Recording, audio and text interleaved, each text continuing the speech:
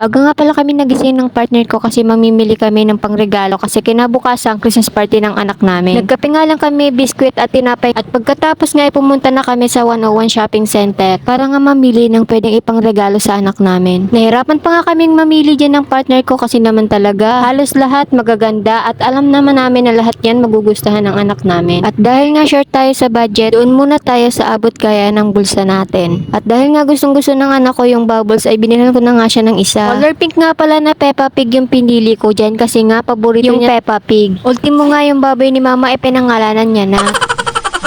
Nagka-video nga pala ako dyan sa partner ko kaso naman nahiya daw siya. Pero buti na nga lang at makapal din yung mukha niya. Uy!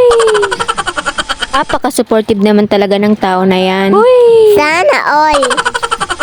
After 132 years nga ay nakapili na rin. Hinahanap kasi namin yung affordable at talagang magugustuhan ng anak ko. Inaumagahan nga pala ay Christmas party na ng anak ko. Excited nga pala siya dyan buksan yung regalo kaso sabi ko mamaya na. Sa school na lang para sabay-sabay sila ng classmate niya. Maya-maya nga pumunta na kami sa school niya. Pagdating nga namin sa school niya ay hindi pa naman nagsisimula. Kaya naman nagantay muna kami sa iba. Hindi na nga rin pala ako dyan masyadong nag-ayos kasi hindi naman ako yung magpa-party. Ang importante nga lang naman ay maging masaya yung anak ko. Kaso nga lang yung pagsimula pa nga lang ng palaro ay tinopak yung anak ko. Hay nako. Nag-enjoy nga rin pala yung mga magulang dyan, hindi lang yung mga bata. At nung magbubukas na nga sila ng kani-kanilang mga regalo ay bigla na lang nag-shower ng mga candy. Kaya naman talagang nakipag-agawan din yung babae na to. Uy! Sa kabisihan ko nga sa pakikipag-agawan ng candy ay nakalimutan ko nakabidyo pala ako.